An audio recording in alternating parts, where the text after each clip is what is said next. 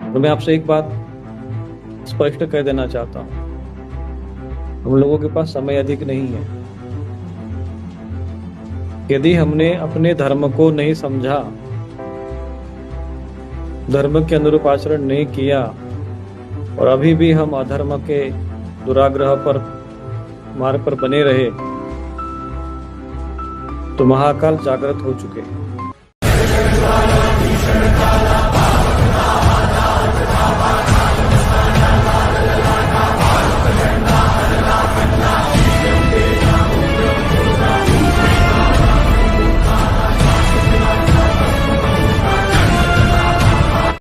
तो जय श्री राम दोस्तों। तो अभी जिनका क्लिप देखा ये हैं रूपेश्वरानंद जी स्वामी, जिन्होंने काफ़ी टाइम पहले भी उज्जैन महाकाल को लेके कई सारी चीज़ें कही थी। उन्होंने कहा भी था कि महाकाल जागृत हो रहे हैं, जो अभी के समय में अधर्म बढ़ रहे हैं, जो मंदिरों में पाखंड चल रहे हैं, लोगों को भ्रमित किया जा रहा है, उन सभी को लेके जब हम बोलते हैं तो लोगों को बुरा लगता है। पर अब जब इन जैसे स्वामी संत महात्मा भी कह रहे हैं, तब लोगों को थोड़ा सा तो कॉमन सेंस लगाना चाहिए कि सच में कुछ तो गलत हो रहा है वहाँ पे, तभी ये घटनाएं हो रही हैं। और बात रही इनकी वक्तव्य की, अगर आप मैं दो क्लिप्स ऐड करने वाला हूँ अभी। एक तो काफ़ी शॉर्ट क्लिप है जिसमें इन्होंने ब्रीफ में चीज़ बताई हैं, और एक थोड़ा सा लंबा क्लिप है पर इन्होंने डिटेल में चीज़ों को बताया है कि आने वाले समय में अगर ऐसे ही ये अधर्म बढ़ता रहा तो अब ये सीमा पार कर चुके हैं और महाकाल जागृत हो चुके हैं, और ऐसा समय भी आ जाएगा जब एक चिता पर कई सारे लाशी जलानी पड़ेंगी। पर आप समझ रहे हैं कलयुग अंत का कैसा भयावह दृश्य का एक परिदृश्य इन्होंने दिखाया है। तो आप लोग वो क्लिप देखिएगा, उसके बाद बात करते हैं। पर ये जो समाज में अशास्त्रीय चीजें चलती है ना, तो फिर और छेड़ किसको रहे हो? महाकाल जी को। अधर्म किसके सामने कर रहे हो? महाकाल जी के समक्ष। कम से कम इतना तो भय होना चाहिए कि अरे ये सच में जिस दिन जागृत हो गए ना, क्या कर देंगे, ये कौन है? इतना पाखंड, इतना छल जो है समाज के साथ अति हो गई है, सच पूछा जाए। वो केदारनाथ में भी ऐसे ही होता था, और जब जिस दिन प्रलय हो गया तब समझ में आया कि फिर वहां के लोग कहने लगे कि यहाँ ऐसे ऐसे अधर्म होता था। ठीक है, भगवान के प्रति आस्था है, श्रद्धा है, उन बेचारे श्रद्धावान आस्थावान लोगों के साथ छल नहीं करना चाहिए।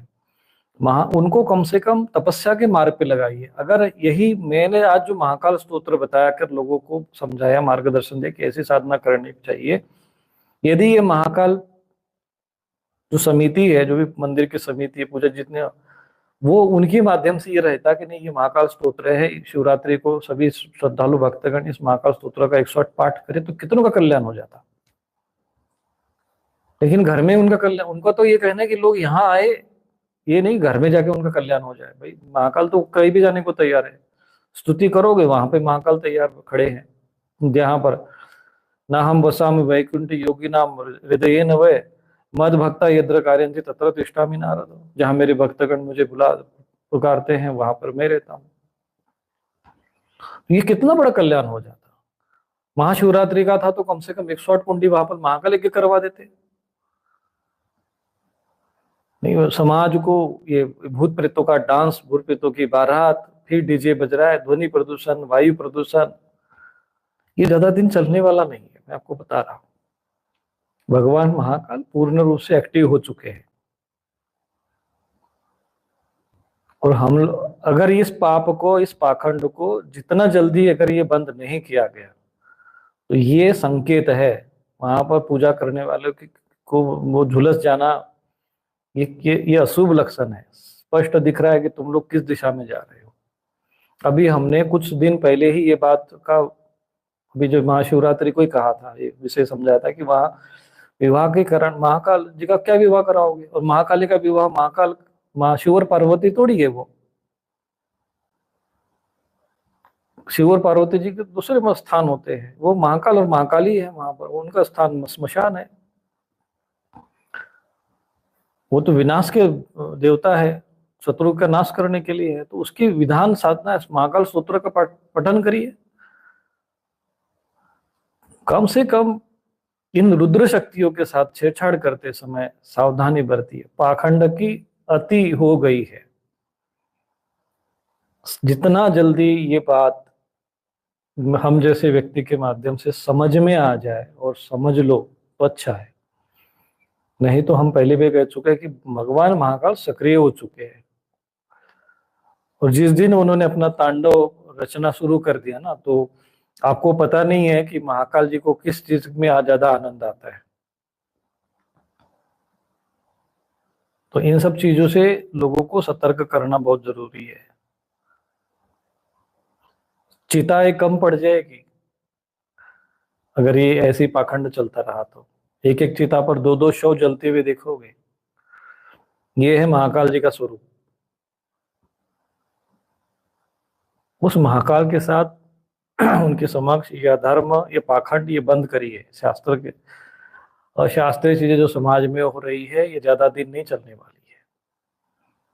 ये पनपती है कुकुर मुत्ती की तरह, लेकिन उग्र ही अंत न होए निभाओ, काल जिमि जिमि रावण राहो। जो शास्त्रोक्त साधना पद्धति है उसकी तरफ समाज को अग्रसर करिए, यज्ञ करिए। मुझे दुर्भाग्य की बात है कि पूरे इस भारतवर्ष में इतने सारे मंदिर होने के उपरांत भी उन समितियों के द्वारा जो दान दिया जाता, जो समिति में जो दान जाता है, उस दान से कभी यज्ञ होते हुए मैंने नहीं देखे। कि महाकाल समिति वहां जो है, जो भी यज्ञ कोई वहां पर रखा गया हो, 1000 कुंडी यज्ञ रखा गया हो विश्व कल्याण के लिए, जगत कल्याण के लिए। और मैं आपसे एक बात स्पष्ट कह देना चाहता हूं, हम लोगों के पास समय अधिक नहीं है। यदि हमने अपने धर्म को नहीं समझा, धर्म के अनुरूप आचरण नहीं किया, और अभी भी हम अधर्म के दुराग्रह पर मार्ग पर बने रहे, तो महाकाल जागृत हो चुके हैं। मैं संकेत कर दे रहा हूं। और जो सत्य के मार्ग पर होगा, जो धर्म के मार्ग पर होगा, उसका रक्षण अवश्य होगा। जो अधर्म के मार्ग पर होगा, जो ये प्रेतत्व के मार्ग पर होगा, वो सब विनाश को प्राप्त होने वाले हैं आने वाले समय। ये हमें अनुभूति हो रही है, हमें संकेत मिल रहा है।